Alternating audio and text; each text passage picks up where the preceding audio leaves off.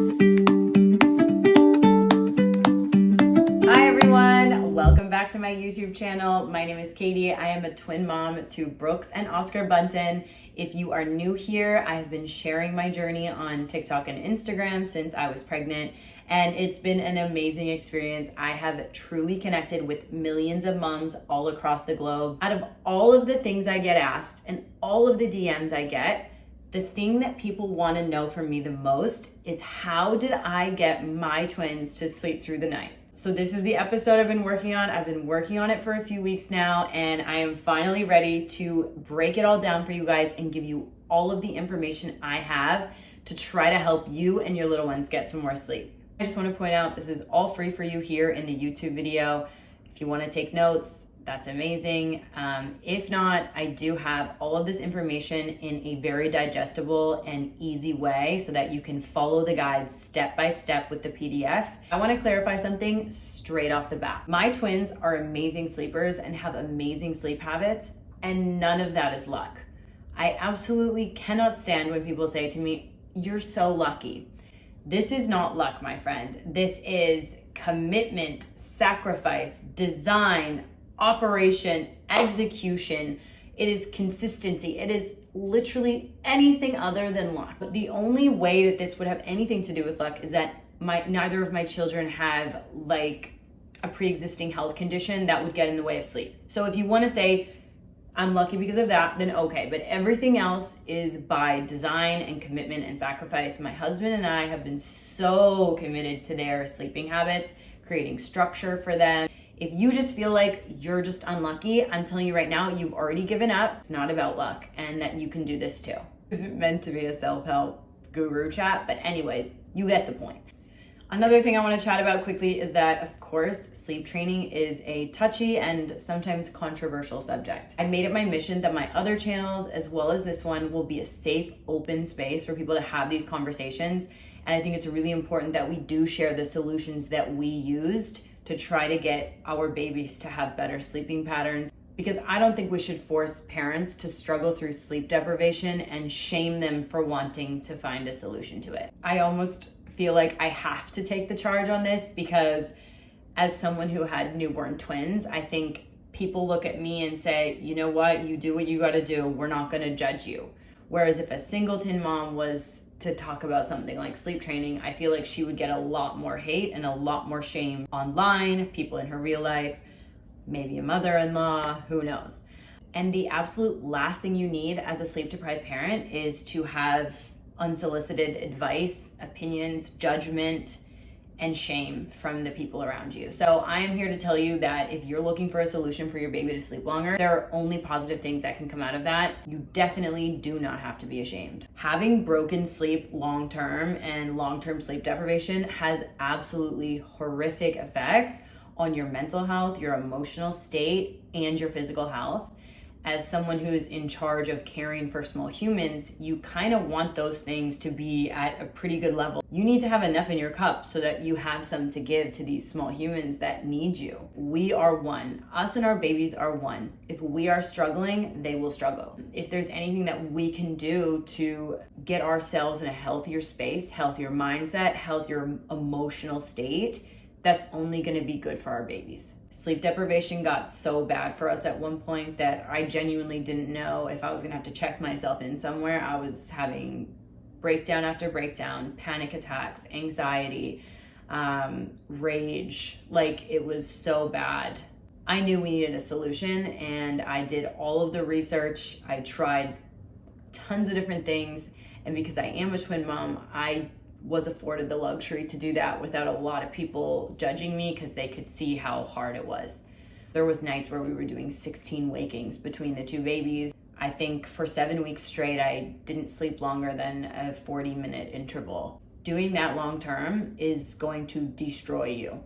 All right, so it's time to get into the nitty-gritty of how I prepared my twins to sleep train, how I actually sleep train them, and what to do moving forward. But I just want to remind you, all of this information is free in this YouTube video for you guys. Please subscribe, like, and share to try to support my channel if this felt at all helpful to you.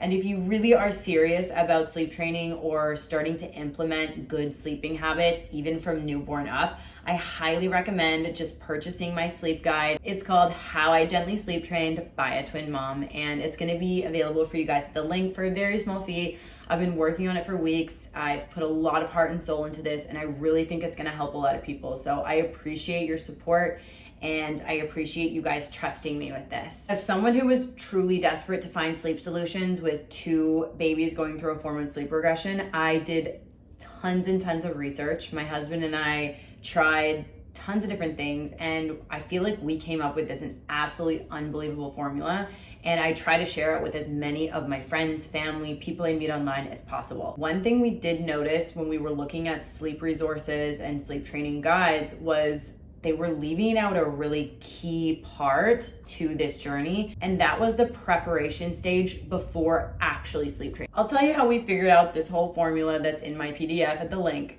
Basically what happened was we were absolutely desperate. We bought a sleep training guide, we attempted the sleep training, and I think we got like 20 minutes into it and I pulled the plug. My gut was telling me that the twins weren't ready. And then what I did was I gave myself 2 months, and I took that 2 months and I slowly and gradually, step by step, started implementing different things, structuring their schedule and routine around preparing them to take that leap over to sleep training, so that the leap would be very short for them and they would be able to make it gently, quickly, and successfully. This was the key for actually making sleep training gentle. Brooke slept through the night on night 2 and Oscar slept through the night on night 3. I'm not saying that it's gonna happen that quick for everyone, but that is a true story. I lived it and it's possible. I also have a saying, and it's like, the only people who have anything negative to say about sleep training are people who have never done it and are just probably really jealous of you. So just keep that in mind, because I have yet to meet a mom who successfully sleep trained her kids and regretted it. All right, so let's get into it. This is what I learned about the 4-month sleep regression. And this is super important. Even if your child is way older than 4 months, it's very important to understand what happened around that 4-month sleep regression. They actually are going through a major development here in their brain. Their central nervous system is developing at a really fast rate. What happens is their sleep patterns develop into more adult-like sleeping rhythms and patterns. So I don't know if you know this, but even as adults, we are constantly coming in and out of deep sleep, and we have just developed the skill to fall back asleep without being jolted out of our drowsy state. That's a skill that at some point we learned in our life, was how to self-soothe and not be terrified if we come out of a deep sleep during the night. Here's the thing, your 4-month-old baby does not know how to self-soothe. They develop these sleeping patterns, and basically every time they're coming out of that deep sleep, they are terrified basically without you. Typically at this age, we are rocking our babies, feeding our babies, soothing them to sleep. They actually have never fallen asleep independently without some type of aid. They're making connections to things like being rocked and being fed to sleep as their safe space to fall asleep. And throughout the night, when they start coming out of that deep sleep, now that they're developing these sleeping patterns, they wake up and are terrified and don't know how to get back to sleep without you. So they need whatever helped them get back to sleep the first time. What sleep training is trying to give them the space and the tools to learn the skill of self-soothing, which is a skill that literally every human being on this earth will have had to learn at some point. You can help them learn it, or you can slowly suffer while they figure it out themselves. So yeah, it's important to understand that that's what sleep training is. That's all it is. It's trying to give your little ones the space and tools to learn how to self-soothe and how to fall back asleep on their own. We're trying to teach them that their crib is a safe sleeping space and that they are capable, independent little sleepers. Someone who went through the 4-month sleep regression with twins, yeah, I learned a lot about what to do to try to combat it. So that's what has brought us here to this moment. This is the meat and the heart of what I am trying to teach you guys, is the preparation stage. And you can start preparing your babies with good sleeping habits since they're newborns. So my guide, again, my PDF guide that's linked for you guys, has all of this information in more depth in a really easy to digest, kind of flowing way to try to help you along. If you know a friend who has a newborn baby, like this is for them. Even if you're not going to sleep train your baby until they're 6, 7, 8 months old, this information is so important for new moms to have. I wish I would have known all of this way before it happened to me so that I wasn't desperately trying to figure all of this out through the fog of sleep deprivation. I wish I would have been more prepared, and I wish I would have, made some efforts even earlier than when I did. So this is gonna dive into all of that. My guide has a timeline with all of that information for you guys as well. When you can start, what's the theory behind it, how can you action it? So this is the part where we prepare our babies to sleep train so that when we do attempt it, it's actually gentle, efficient, and easy for them to make the connection. Step 1, implement a really good and solid bedtime routine. I have all of this broken down really well in the PDF. So you need to implement a bedtime routine. That is the first thing you can do for your children to try to get them into like a structure and a routine. We call our bedtime routine our anchor. So we work from there every single day, no matter what. Bedtime is at 7 p.m. and then we work from there. The importance of having a bedtime routine is, especially at first, your newborns and your little ones are gonna be feeding around the clock. So at first, the point of this was truly just to set that feed apart so that our babies knew that this feed was different than all the rest, and it was signaling them to calmly slip into a longer sleep. Really good habit to start early on so that when you do get into that, really intense 4-month sleep regression and beyond, you have an anchor to try to work from. Babies thrive with routine and structure. They are very easy to fall into a routine, but they're also very easy to fall out of it. So you have to be really consistent. And I know you don't want to hear this, but yes, we bath our kids every single night. It's part of our routine. It's not to clean them. It is genuinely just to cue them that they need to calm down, get some warm water on their bodies, relax, and get ready to go down for a long sleep. To this day, we still do a bedtime routine every single day at the same time. Step 2, you're gonna wanna start promoting independent sleep in little ways. So what we did was around 4 months old when we were going through that really difficult sleep regression, we were like, okay, we need to actually start making the connection for them that they are able to fall asleep in their crib, that their crib was a safe sleeping space. Because at this point, we were doing a lot of contact napping, rocking them to sleep, feeding them to sleep, and they had truly never fallen asleep on their own, which a lot of babies don't, especially at that age. So we needed to start introducing them and helping them make the connection that their crib is a place where they can fall asleep, not just wake up and be terrified.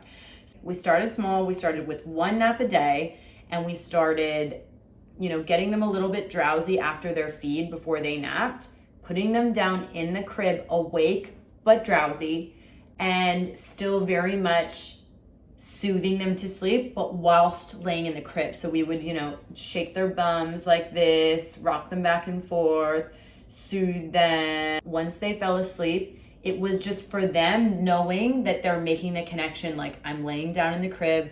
Yes, mom's here. I feel supported. They're calm enough, and then they can fall asleep actually in the crib. And they already started having better naps when we would do that technique. So that started telling us like, okay, this is working. As we moved forward with that, we just started with 1 nap a day where they would do a full crib sleep. And then we tried to do it for 2 naps a day. Because at that stage when they're 4 or 5 months old, like they are napping 3 times a day still. So we started to do 1 nap a day, and then when that was really successful, we would add another one. Just gradually, slowly getting them used to sleeping in the crib most of the time. Step 3, and very important, I think it has a lot to do with our success in the beginning, was room preparation. So I want to point out we did co-sleep. They didn't sleep in our bed, but they slept in the same room with us until they were almost 5 months old. Because another thing that happens during that 4-month sleep regression is that they become like hyper aware of their surroundings. They become a lot more aware and sensitive to the environment. Once they hit that 4-month sleep regression, that all changed. They became very sensitive, especially to me. Like I used to say, I'm like, they can smell my milk, like from here. My next child, they will not be sharing my room until they're 5 months. I will probably move them before or around the time they hit that regression, because honestly, it just makes it hard for all of us to get some sleep. So room preparation, number one thing, get them into their own room. That's up to you to decide. I know the guidelines say different things in different countries. Once they're ready, get them in their own room and prepare that room so that it is like a really nice environment that promotes sleep. We did blackout blinds, a white noise machine. They're not room sharing with you anymore. You need to make sure that their crib is nice and safe, that they don't have anything in there that's not age appropriate. We also used soothers personally. If you have twins, yes, they can share a room. Of course, my twins always have shared a room. It's never been an issue. What we did was just try to keep their cribs as further away from each other as possible, just because we were obviously worried that they would disturb each other. But yes, they can share a room. Twins are actually really good at, my twins anyway, are really good at not disturbing each other's sleep, believe it or not. So those are some things you can do to try and prepare their room. Again, I dive into this deeper and give more twin tips in my PDF. All right, so step 4. I know you might not want to hear this, but this is a really key one to, I think, why we had so much success. We night weaned before attempting to sleep train. I just personally felt like if I was questioning whether they were hungry or not, there's no way I would get through sleep training. I would cave immediately if even part of me was worried that they were hungry. It was really important to me to night wean them so that I could actually get through the training at an age appropriate time, and you can talk to your pediatrician about what is the right time for you. But for us, it was about 5.5 months.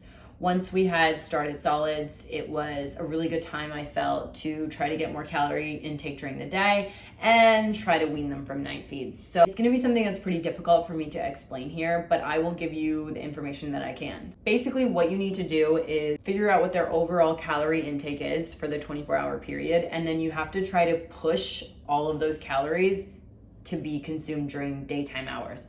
So you can either make the existing feeds that they're already doing during the day, you can add some calories to those feeds, or you can actually add another feed. What we ended up doing was actually adding another feed. So I think we were doing like at that stage, we were doing 5 feeds a day.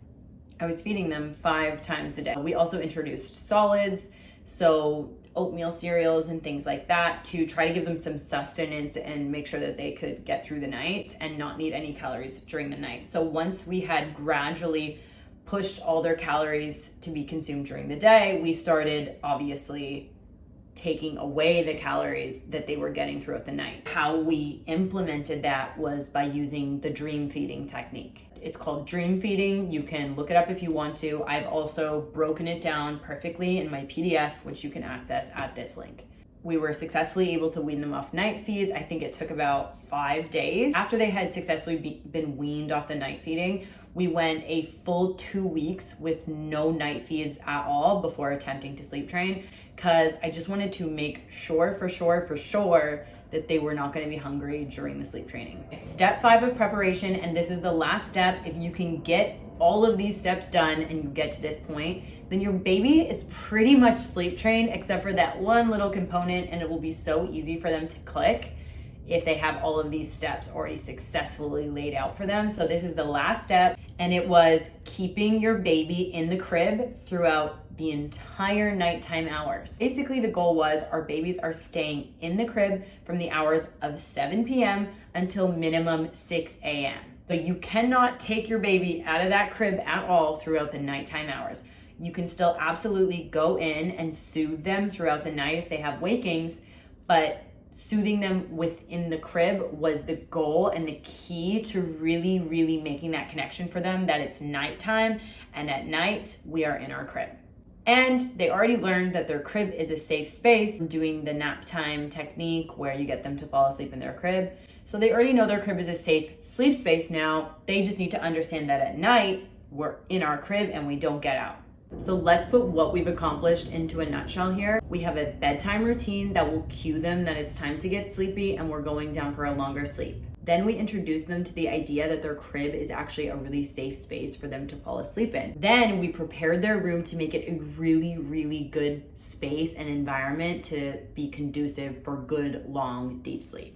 Then we wean them from night feeding so they are not hungry at night anymore. And the last thing we did was teach them that nighttime hours are crib hours and it's a safe space for them to be throughout the nighttime hours. basically there's only one little piece to this puzzle left for them to figure out, and that is how to self-soothe. So that is where the actual sleep training will come into play, and where that, dreaded cry it out aspect comes in. Like I said, they are almost there if you've done these steps to prepare them, and they just need to figure out this one last thing, and you've pretty much almost done it for them, but this last little bit, they're gonna have to do it themselves, because that is just the nature of the beast. So let's get into how we actually did the sleep training now. First, I wanna do a few frequently asked questions about sleep training. I know once I get into it, you're gonna have all these questions, so let's just get them out of the way. How long will it take? Well, for me, it took 2 days for one baby and 3 days for another, but I would say you need to commit to this all out for 10 days consecutively. Consecutively is so important. So underline, underline, underline. It has to be consecutively. You cannot give up on day 4, pick it up on day 5, and say that you're on, day 5. You're not on day 5, you're on day 1. So it has to be consecutive, okay? That's super important. Give yourself 10 days on your calendar. These are the 10 days we're doing sleep training, we're committing to it, and it's gonna work. So I would say around 2 to 10 days. Of course, I get this question all the time. Do they cry? Yes, they do cry, but babies cry all the time. So whenever people ask me this, I'm like, of course they cry. That's all they friggin' do is cry. They cry when I'm holding them. They cry sometimes when I'm feeding them. They cry when they're not hungry. They cry when they are hungry. Babies cry. That's what they do. So yes, they do cry, but don't worry. It's not like we're gonna leave them to cry all night long. It's a very supported process. They're gonna know you're there still, but yes, they cry because that's what babies do. It's part of the gig, guys. So just get used to it if you're not already. Will they cry it out alone? So this is the part where the gentle comes into play, is that first of all, they're almost there anyway. So they really just need this last little push out of the nest so they can spread their wings and fly. You're gonna give them space to do that. It's really important to understand that sometimes your kids, and this is gonna be a theme as they get older, sometimes they do need to figure it out on their own.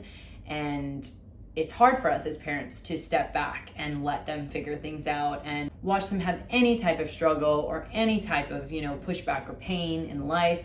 But it's unfortunately what comes along with being a parent, and sometimes they do just have to figure this stuff out on their own. So we need to give them the space, but also be supporting them through it and know that we are there and everything's okay. So they will not be crying it out alone. You are going to be with them every step of the way, okay? Can twins sleep train in the same room? Yes, I sleep train my twins in the same room. Of course, they were 6 months old, so it's a totally different ballgame now that they're toddlers.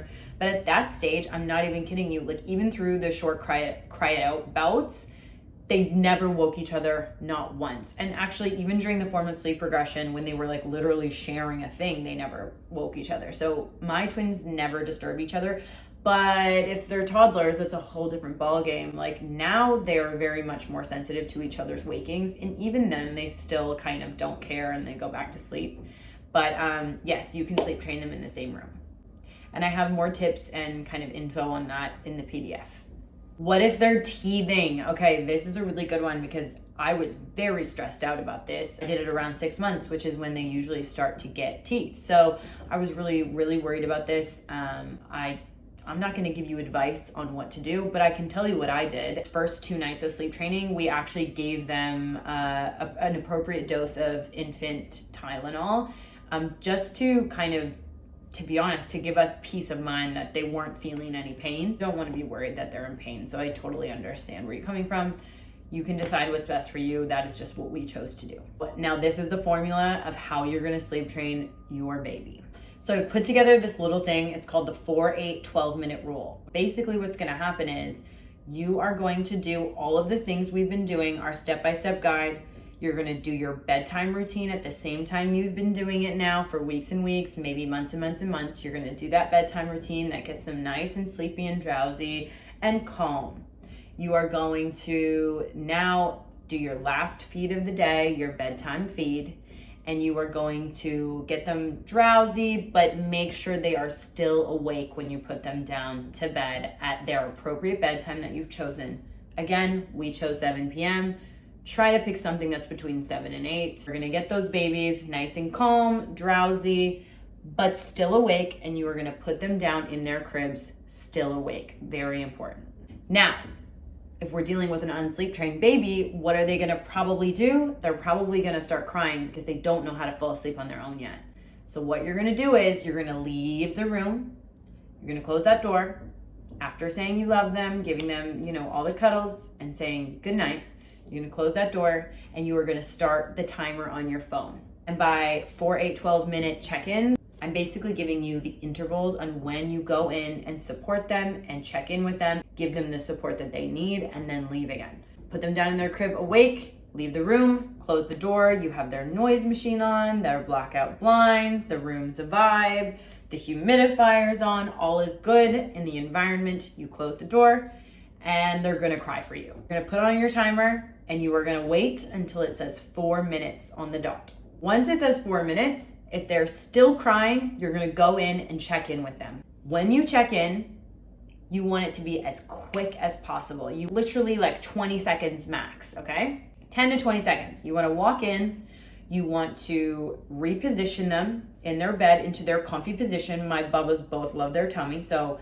if they had been rolling around crying, first thing I would do, go in, put them on their tummy, put their susu back in their mouth, give them a pat on the bum, a rub in the back, coo to them, tell them you love them, everything's okay. You're gonna go to sleep now, baby, mommy's here. And you're gonna leave the room and you're gonna close the door. Now you're gonna start your timer over. Now this is where it gets harder because we already did our 4-minute check-in and now we need to wait 8 minutes until that second check-in. Your timer hits 8 minutes. It's gonna feel like a really long 8 minutes. They are still crying after 8 minutes. You are gonna go in and you are gonna do another check-in. The exact same thing. You're gonna go in quick, reposition them, give them their susu, pat on the bum, tell them you love them, mommy's here, and you're gonna leave the room again and close the door and start your timer over again. This is tough, I get it. They've potentially been crying for 12 minutes straight now. Probably the longest you've ever let them cry, but don't worry, it's okay. Because we know they're not hungry, they're not in pain, they're okay. They're just going through a transition and you are still supporting them through the transition. Start that timer over. If they're continuing to cry, you cannot go back in until 12 minutes. So you have to wait until that timer says 12 minutes. You make it to that timer, that potentially, yes, means that your baby has been crying 24 minutes straight, which is really tough. But I promise you, it's not without cause. And if you commit to this, it will be a few nights of more tears than usual. But after that, I guarantee you there will be a lot less tears overall than you can ever imagine. I'm not gonna lie, it's a few tough nights, but if you commit and you follow it to a T, it is going to pay off tenfold for literally years to come. That you've hit your 4, 8, and 12-minute check-in, from now on, you have to wait 12 minutes for that next check-in. I know it sounds tough, I get it, but they're probably gonna fall asleep. I don't think I ever went past that third one. So if I went past the third check-in, they fell asleep after that. I don't think it went any farther than that for us. They do get tired and they do end up falling asleep. And that does teach them that they are capable of it and it's okay. It's a process. The first couple of times that they fall asleep on their own, it's still gonna be really scary for them and it's a big transition and they're learning something new. But you doing those check-ins with them and reminding them that it's okay and you're right there and it's gonna be fine is important, but then also giving them that interval of time and space in between the check-ins to give them the opportunity to make that connection is super important. So if you go through night 1, I want you to mark down on a ledger how many minutes your baby spent crying, because I think it's important for you to understand on night 2, you're dreading it already. You know that it was a bad night last night. You're dreading it. It's important that you are tracking how many minutes your baby spends crying, and that way you can see that they are making progress. I would say typically the first 2 to 3 nights are a bit rough and then it gets exponentially better after that. Like I said, night 2 and 3 for us, and they slept. Literally, Brooks slept through the night on night 2 and Oscar slept through the night on night 3. I put in the PDF exactly how the night broke down for us, like how many minutes they cried the first night before I had to go check in with them and things like that, because I really just want to give you guys an actual look at what it actually looked like for us. But we stuck with it and it worked. One last thought I want to leave you guys with is, yes, your baby's going to cry tears, but it's not without reason and it's not for nothing. But if you give up on day 3, 4, or 5, if you give up, then it was for nothing, which is something I had to consistently remind myself of. I knew that I needed to figure this out for them, for my mental health, for my physical health, for all of us. I also knew that they were better off getting good sleep instead of this broken sleep that they were living with. I knew at some point I was going to get through the sleep training. I needed to figure this out for us. So I knew at some point I am going to have to commit to this sleep training. So once you get even a night in to this sleep training, don't turn back, because that night would have been for nothing. And putting your baby through any crying without cause or reason, that is something that I started to feel guilty about. So just change your mindset on it, guys. It is not without reason. It is not without a huge reward for every single person in your family. I also just want to say that, like, this is gonna sound really dramatic, but sleep training our twins probably saved my relationship with my husband. I don't know how any relationship could survive with sleep deprivation, with 2 human beings who are exhausted, drained, have nothing left for themselves. I know that when I was going through the sleep deprivation and the broken sleep, the consistently broken sleep, I was very quick to snap. I was angry a lot. I was crying a lot. I was very upset all the time. I was emotionally irrational. None of those things are conducive to a healthy marriage or relationship. So there is no regrets for me at all. It was truly one of the best decisions I ever made throughout my parenting experience. And I will shout that shit at the rooftops. If anyone makes you feel bad about sleep training your baby, like, if they want to medal for not sleep training their babies and being able to manage through life and still show up in every other capacity, even with no sleep, like, congratulations. I am so happy for you, but that is not everyone else's story. Another thing I want to say is, before you judge another mom, like, you don't walk in their shoes. You don't know what they're dealing with. You don't know the environment. You don't know the stresses they have. Every human being is different, and everyone's threshold for sleep deprivation is different. So for some of us, this is truly the best thing that we could do for us, for our kids, for our relationships. Not selfish at all. I have been able to wake up every day and try and be the best version of me, and actually have a chance to be that and try to be the mom that I envisioned that I would be, purely based off of me getting enough rest and having space to myself to recuperate every night. I'm going to answer all of your questions in the comments. I also wanted to remind you, I worked weeks on this PDF. I'm really proud of it. How I gently sleep trained by a twin mom. It is linked here for you guys. I really hope it's going to help a lot of people get more rest and be the best versions of themselves and show up as the parents that they always envisioned that they would be able to show up as. Thank you guys so much for watching this. Subscribe to my channel, like, share if you felt like this was helpful for you, and definitely leave some comments if you have any questions. I will answer everything.